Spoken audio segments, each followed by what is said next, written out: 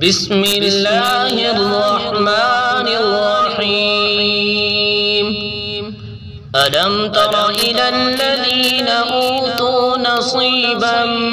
من الكتاب يؤمنون بالجبت والطاغوت ويقولون للذين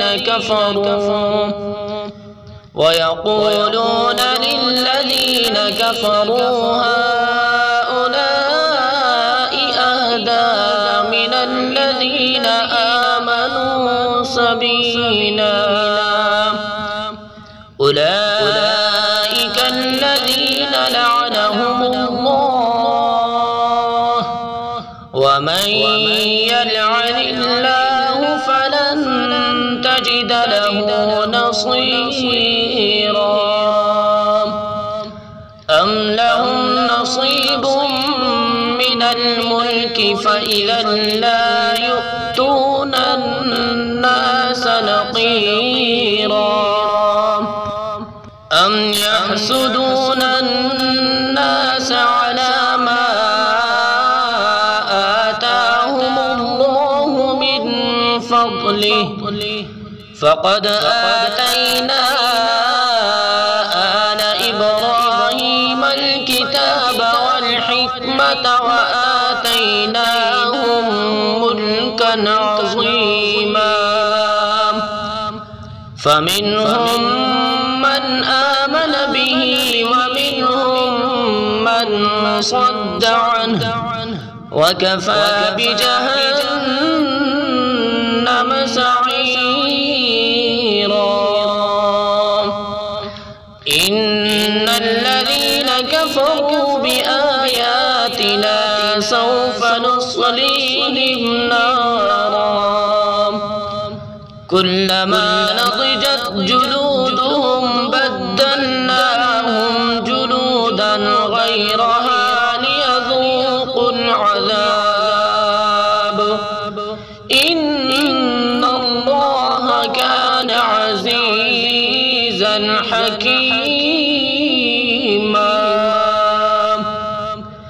والذين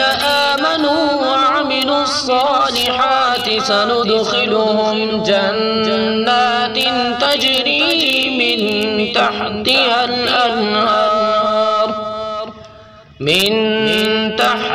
الأنهار خالدين فيها أبدا لهم فيها أزواج مطهرة وندخلهم ظلا ظليلا إن الله يأمركم أن تؤدوا الأمانات إلى أهلها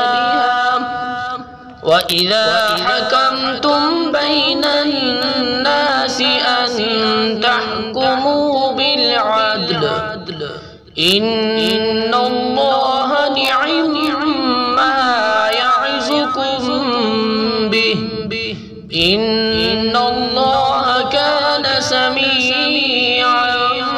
بصيرا يا أيها الذين آمنوا أطيعوا الله وأطيعوا الرسول وأولي الأمر منكم فإن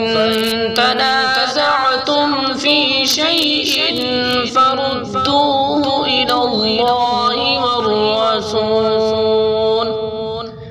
والرسول إن كنتم تؤمنون بالله واليوم الآخر